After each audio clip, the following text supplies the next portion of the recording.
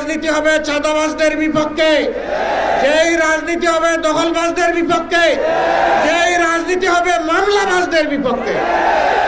আমরা আমাদের দলের বিজয় চাচ্ছি না, আমরা চাচ্ছি 18 কোটি মানুষের বিজয়।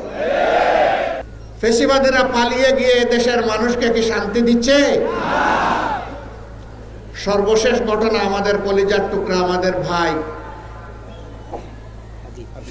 শরীফ উসমান হাদির উপরে গত জুমার নামাজের পরে প্রকাশ্য দিবালোকে ঢাকার রাজপথে তারা গুলি করে তার জীবনটা শেষ করে দিতে চেয়েছে।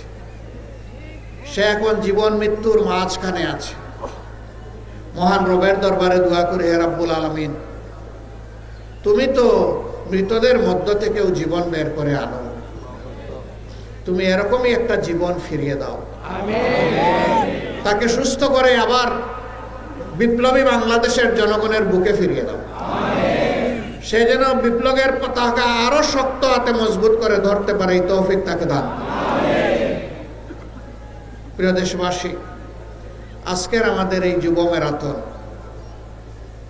এ কথাই দেশবাসী এবং বিশ্ববাসীকে জানানোর জন্য যে অতীতের বস্তাপতা সমস্ত রাজনীতিকে পায়ের তলে ফেলে দিতে চায়।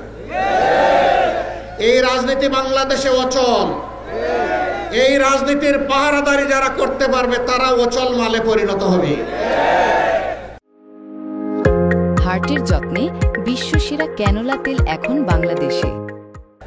এখন বাংলাদেশে নতুন রাজনীতি করতে হবে, যেই রাজনীতি হবে দেশ জাতি স্বাধীনতা এবং সার্বভৌমত্বের পক্ষে, যেই রাজনীতি হবে বিশ্বে মাথা উঁচু করে দাঁড়ানোর পক্ষে, যেই রাজনীতি হবে দুর্নীতির বিপক্ষে, যেই রাজনীতি হবে চাঁদাবাজদের বিপক্ষে, যেই রাজনীতি হবে দখলবাজদের বিপক্ষে, যেই রাজনীতি হবে মামলাবাজদের বিপক্ষে, যেই রাজনীতি হবে দর্শনকারীদের বিপক্ষে। সম্মানিত বন্ধুগণ, আমরা শান্তির এক টুকরা বাংলাদেশ চাই, এমন বাংলাদেশ চাই যেই বাংলাদেশের প্রাণ হবে যুব সমাজ। এই যুব সমাজের হাত ধরে আজকের ম্যারাথন যেমন এগিয়ে যাবে, আগামীকালের বাংলাদেশও তেমনি এগিয়ে যাবে ইনশাআল্লাহ।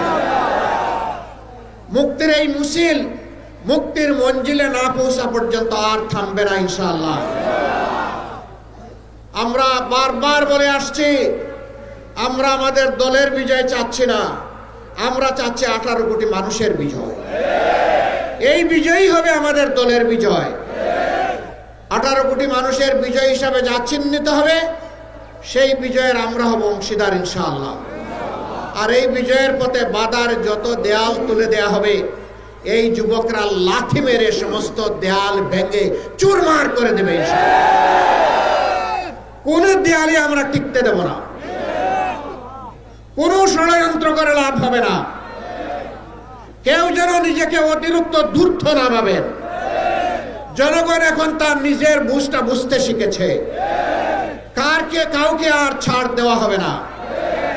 কোন কালো হাত সামনের দিকে এগিয়ে আসলে সেই কালো হাত জনগণ অবশ করে দেবে। কালো টাকার বিনিময়ে মানুষকে কেনার দুঃসাহস দেখালে তাদের মুখে ছাই মেরে দেওয়া হবে।